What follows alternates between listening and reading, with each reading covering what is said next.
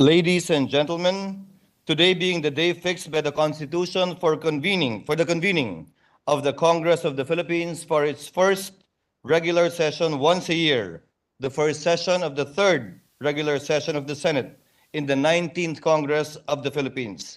It is hereby called to order.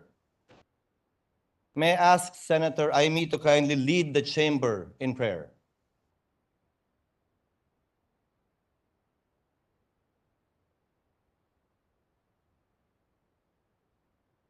Mahal na Panginoon, nakayuko kaming lahat ng aking mga kababayan bilang tanda ng aming lubos na pasasalamat at pagmamahal sa iyong kadakilaan. Kami, bilang isang bansang patuloy na natututo at tumitibay, ay sa iyo lamang lumililong sa mga panahon ng pagsubok at walang kasiguraduhan. Bigyan mo po ang inyong Senado ng biyaya ng karunungan upang unawain ang tunay na kalagayan ng aming lipunan. Bigyan mo po kami ng katapangan upang maipaglaban ang kapakanan at katotohanan para sa aming mga kapwa Pilipino, maging sino man ang katinggali. Bigyan mo po sa amin ang puso at awa na aming mabigyan lunas ang kanilang mga daing at dalamhati. Pagkat labis ang paghihirap po ng aming mga kababayan, mataas ang presyo ng mga bilihin, higit sa lahat ang bigas. Marami pong nagugutom, maraming malungkot at nawawalan ng pag-asa. At gaya po ng sinabi noon ng aking ama, for every tear, a victory. Igawad niyo po sa amin, Panginoon, ang tagumpay. Lalo na ngayon, napakaraming nagdurusa. Isuklob po ninyo kami sa mga naghahamon sa aming karagatan ng gerang walang nagtatagumpay. Patuloy niyo pong mahalin at pagpalain ang Pilipinas, patatagin ang inyong Senado at ang buong kapulungan ng aming bansa. Pangalagaan ng Vice Presidente, Inday Sara Duterte. Pagtagumpayin ang mabubuting hangarin ng aking kapatid, ang Pangulong Bongbong Marcos, na mangibabaw sa mga mapangsariling nakapaligid sa kanya. At patuloy niyo pong kalingain ang sambayang Pilipino. Amen. Please remain standing for the singing of the Philippine National Anthem and the Senate hymn, Senadong Marangal, by the Ateneo de Manila College Glee Club.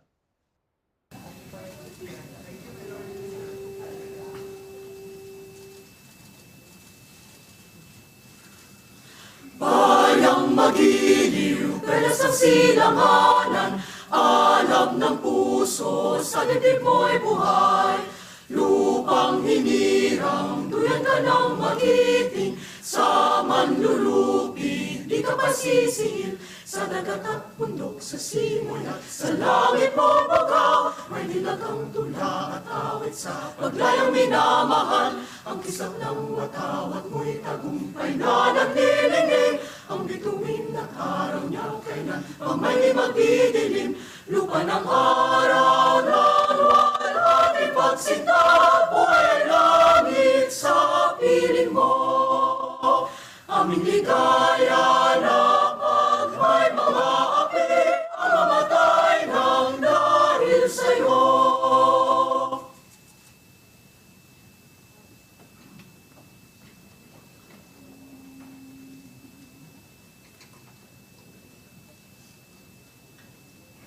Puso at diwa ng Senado ang katwiran, isa batas ang bithing makabayan. Filipino'y maligayang nabubuhay sa kalinga ng paglaya't katarungan. O Senado ng marangal at matatag, malakas at di umukot sa layuhan. Pag ang bigkis nitong bansa'y nasa batas, tuloy-tuloy at matuwid ang pag-unlad. O Senado ng marangal at matatag, malakas at di umukot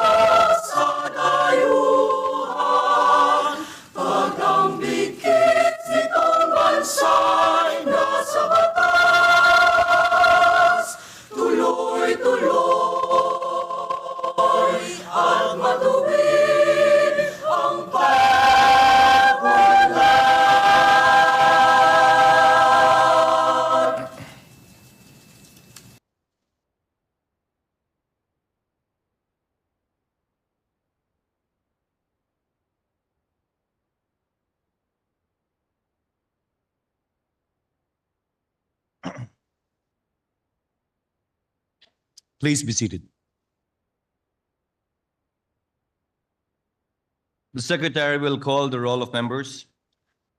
Roll call of members. The Honorable Senator Binay, Senator Cayetano Alan, Senator Cayetano Pia, Senator De La Rosa, Senator Ejercito, Senator Estrada, Senator Gatchalian, Senator Go, Senator Ontiveros, Senator Lapid, Senator Legarda, Senator Marcos, Senator Padilla, Senator Pimentel, Senator Poe, Senator Revilla, Senator Tolentino, Senator Tulfo, Senator Villanueva, Senator Villar Cynthia, Senator Villar Mark, Senator Zubiri, Senate President.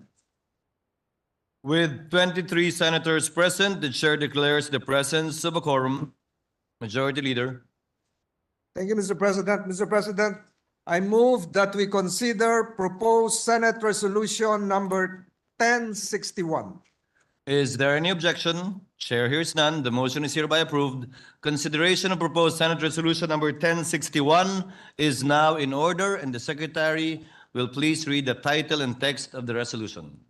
Resolution informing the House of Representatives that a quorum is present in the Senate and that this body has entered upon the exercise of its functions for the third regular session of the 19th Congress of the Philippines. Resolved by the Senate that the House of Representatives be informed that a quorum is present in the Senate and that this body has entered upon the exercise of its functions for the third regular session of the 19th Congress of the Philippines. Mr. President, I move that we adopt proposed Senate Resolution number 1061. Is there any objection? Chair hears none. Motion is hereby approved. Majority Leader. Mr. President, I move that we consider proposed Senate Resolution 1062. Is there any objection? Chair hears none. The motion is approved. Consideration of proposed Senate Resolution number 1062 is now in order, and the Secretary will please read the title and text of the resolution. Resolution informing President Ferdinand R. Marcos Jr. that a quorum is present in the Senate and that this body has entered upon the exercise of its functions for the third regular session of the 19th Congress of the Philippines. Resolved by the Senate that President Ferdinand R. Marcos Jr. be informed that a quorum is present in the Senate and that this body has entered upon the exercise of its functions for the third regular session of the 19th Congress of the Philippines. Mr. President, I move that we adopt proposed Senate Resolution 1062. Is there any objection? Chair hears none. The same is hereby approved. Mr. President, we are in receipt of a message from the House of Representatives. I move that we consider House Concurrent Resolution number 27. Is there any objection? Chair hears none. The motion is approved. Consideration of House Concurrent Resolution number 27 is now in order, and the Secretary will please read the title and text of the resolution. Concurrent resolution providing for the Senate and the House of Representatives to hold a joint session to hear the message of the President of the Republic of the Philippines. Resolved by the House, the Senate concurring that both Houses of Congress of the Republic of the Philippines hold a joint session on Monday, July 22, year 2024 at 4 o'clock in the afternoon at the session hall of the House to hear the message of the President of the Republic of the Philippines. Mr. President, I move that we adopt House Concurrent Resolution number 27. Is there any objection? There being none, House Concurrent Resolution number 27 is hereby adopted. Mr. President, I move that we consider Senate Concurrent Resolution number 19. Is there any objection? There being none, motion is hereby approved. Consideration of proposed Senate Concurrent Resolution number 19 is now in order, and the Secretary will please read the title and text of the resolution. Concurrent resolution creating a joint committee of the Senate and the House of Representatives to notify the President of the Philippines that Congress, now convened for its third regular session of the 19th Congress of the Philippines, is ready to hear State of the Nation address in a joint session of both houses. Resolved by the Senate, the House concurring that a committee of 5 members led by the Senate President join a committee of the House of Representatives to notify the President of the Philippines that Congress, now convened for its third regular session of the 19th Congress of the Philippines, is ready to hear State of the Nation address in a joint session of both houses. Mr. President, I move that we adopt Senate Concurrent Resolution number 19. Is there any objection? There being none, Senate Concurrent Resolution number 19 is hereby adopted. pursuant thereto, and to join this representation, I hereby appoint to the Joint Notification Committee on the part of the Senate, Senate President Pro Tem Jinggoy Estrada, Majority Leader Francis Tol Tolentino, Minority Leader Aquilino Pimentel, and Senator Amy R. Marcos. Thank you, Mr. President. Mr. President, ladies and gentlemen of the Senate, we are now ready to listen to the address of the Senate President.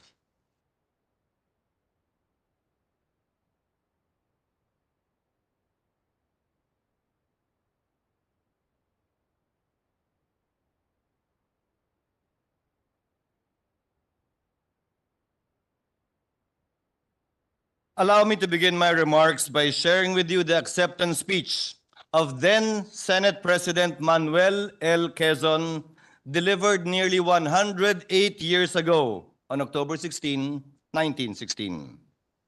Quezon's words spoke through the ages to future senators and serves as an immortal advice on how to carry out the burden of leadership and to honor the gift of the mandate of the people. In his words, he said, "We are here today to serve the people the way the people themselves want to be served.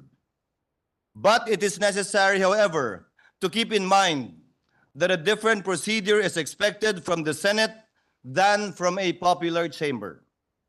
Wherever the bicameral legislature exists, it is assumed that the lower house will be like a very sensitive thermometer that will register in its action even the slightest and most momentary changes in popular sentiment. On the other hand, the Senate must represent the serene, mature, and prudent judgment of public opinion. In other words, the Senate must be a sure, unshakable dam destined to contain the exaltations and overflow of popular passion. If the voice of the people is the voice of God, it must be enclosed in the safe channel of serene reflection. Indeed, the most horrendous crime recorded in history, a crime that made the sky cry and the earth tremble, was a crime committed at the behest of an obstinate people, at a time when fanaticism had blinded reason and abolished all human feeling. I am referring to the crucifixion at Golgotha. Our steps must be safe and numbered. We must act when we are certain that that opinion is consensuously formed. In case of conflict between private interests, we must harmonize the demands of the heterogeneous elements that make up our society so that the general interest always prevails. We must maintain the stability of our institutions and be the safeguard of public and private rights. The merit of our work must not be judged by the number of laws we dictate, but by their quality. It is even preferable to suffer the evils of a current law than to try to remedy them with a law made hastily, without the due and careful study that the function of legislating entails, since with laws of this kind, we will cause greater harm and perhaps even irreparable injury. Our work will be constructive, not destructive, and we will not destroy the old until we are sure that the new is better. In any case, we should never put the interest of the party before the interests of the community. We must aspire to be the guardians of the good faith of the Filipino people towards other peoples, for which we are obliged to preserve it intact. Our conduct must be one of justice, consideration, brotherly affection, not only for our own, but also for strangers. Esteemed members of the Diplomatic Corps, members of the Cabinet here present, my dear colleagues in the Senate, both present and past, my fellow workers in government, ladies and gentlemen, mga minamahal kong kababayan, Diyos marhay na aga sa Indogabos. Good morning. After more than 100 years, Quezon's words remain true and timeless. He was in effect writing this chamber's job description and injecting it with purpose, a template by which we should do our duty today. True enough, the Senate did through war and peace, upheavals and prosperity, debacles and development, followed this code of conduct that Quezon laid down. Today, it is worth remembering the 4 distinct roles of the Senate that Quezon, our very first Senate President in 1916, envisioned. First, the Senate is a chamber of sobriety and prudence. We temper the passions of public opinion and proceed in a rational and deliberate manner. We do not immediately embrace populism that may ultimately harm the people. Second, the Senate focuses on quality rather than quantity. We legislate only if those existing are no longer sufficient or if no other solution suffices. This is not a factory that mass produces laws for the sake of showing them on a scoreboard, yet do not in any way improve our people's lives. Third, the Senate puts the interest of our people over those of political parties or personal ambitions. Ika nga, bayan muna, bago ang sarili. Fourth, in matters of foreign relations, the Senate helps maintain the good ties of our people with other nations, even as we put forward our national interest. However, this is not to say that nothing has changed, for indeed much has changed since the time of Quezon, and most of them has been for the good and for the better. For example, out of 252 individuals who became senators since 1916, 91% are men and only 9% are women. Women did not even have the right to vote or be voted in office at that time. Now we have 6 members of the stronger gender in this chamber. I was corrected by Senator Risa, 7. Representing more than 25% of all of our members who do not only vote bills into law, but also may vote them into oblivion as well, should they so desire. Mindanao then was a distant frontier in the margins of power and given only token representation, averaging only 7% of the chamber's membership. Senator Risa, you can correct me. Today, Mindanao is well and ably represented with 20% of the chamber's membership. In this final regular session of the 19th Congress, following Quezon's advice, we will set aside items which merely dissipate our energy and divide the public.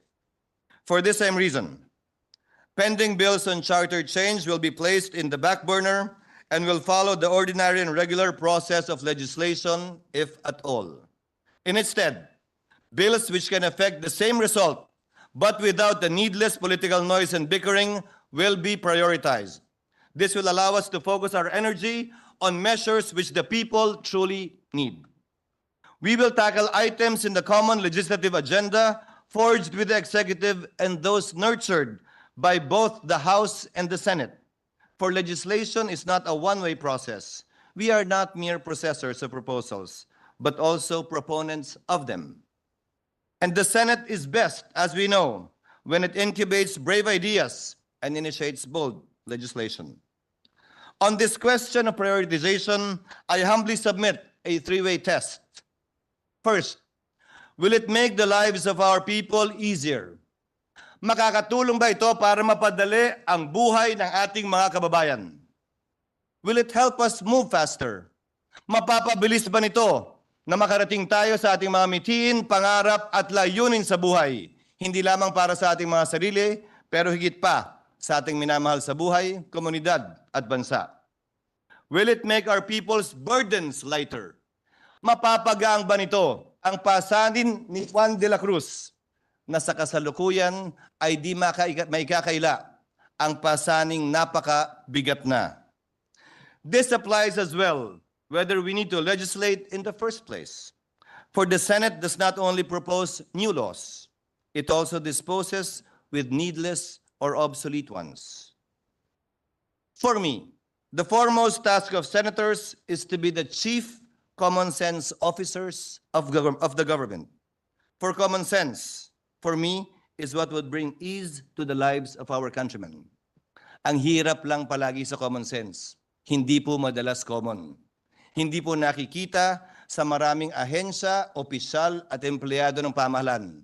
Rason, para pangunahan ito ng Senado upang bigyang balanse at tamang pananaw ang bawat suliranin at problema na hahanapan natin ng solusyon.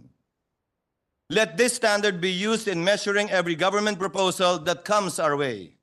Will it make the life easier for the Filipino? In fact, this very standard embodies the work that we do in the Senate. We trim lengthy provisions, reduce projected costs, test for constitutionality, and ensure that stakeholders' concerns are addressed. We do this because legislative haste often leads to time and resources wasted. Bills that are not forged in the fire of debate often comes out half-baked and eventually require remedial sequels. Sisiguraduhin po natin na pulido ang mga batas na makakarating sa labesa ng Pangulo. Pangunahin dito ang ating pagpapasya sa taunang budget. Dahil pinagpapawisan ng taong bayan ang buwis na pupondo dito at papasanin ng kanilang mga anak ang pambayad sa utang na pupuno dito, dapat lamang na ang trilyon-trilyong pisong bubunuin nila ay maghatid ng ginhawa sa kanilang buhay. To write laws is not the only duty of the Senate. It also has the duty to right wrongs and wrong policies. To this end, the Senate will continue to probe irregularities. Relief will be provided by the Senate, and justice will always be pursued by the Senate without let-up through its committees. All the things I have thus far mentioned exemplify the independence of the Senate.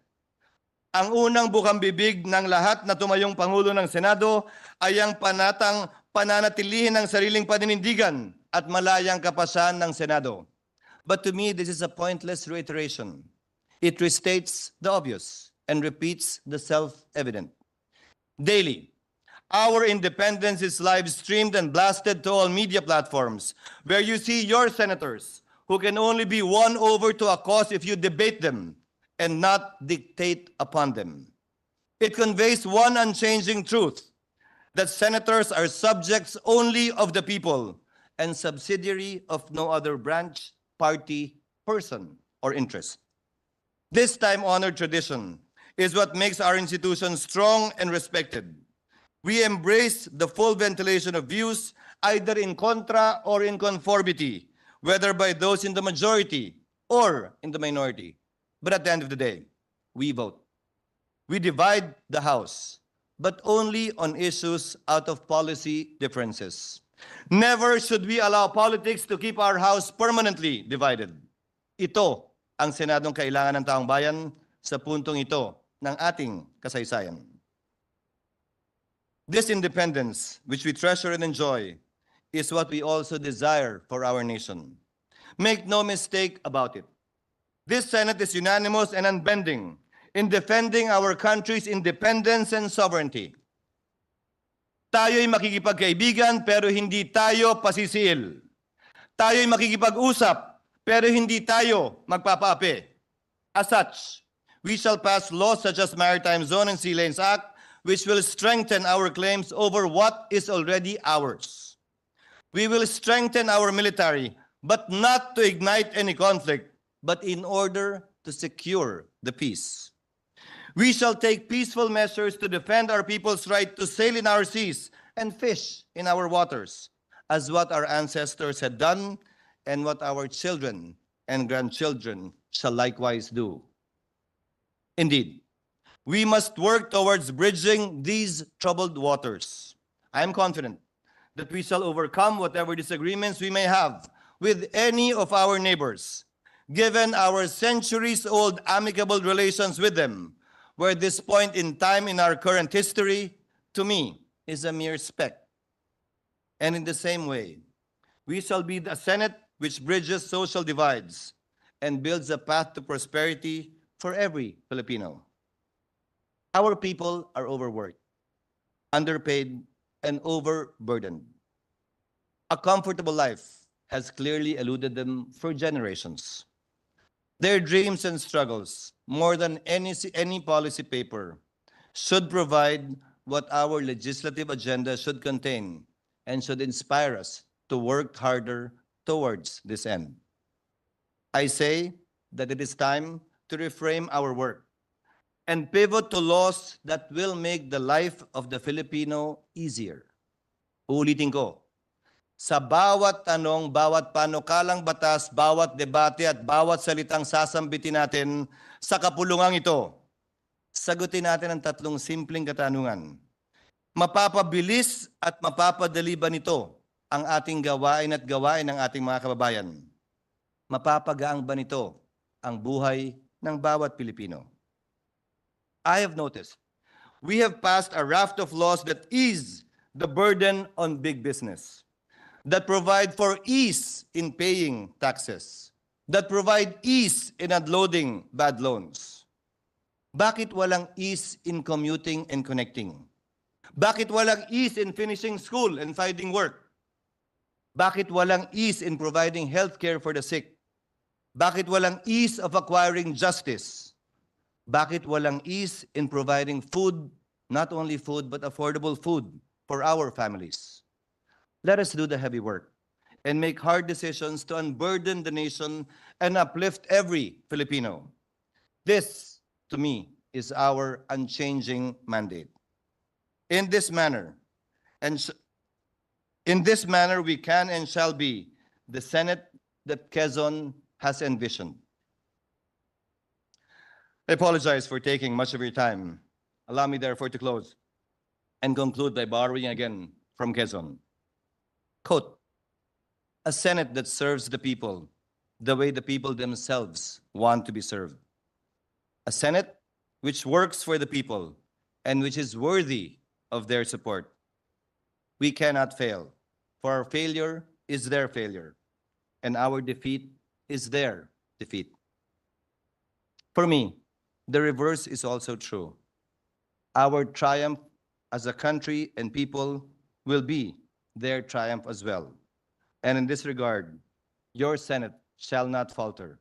Your Senate will always prevail in the name of the Filipino people. Maraming salamat, mabuhay ang Pilipinas, at mabuhay ang sambayan ng Pilipino.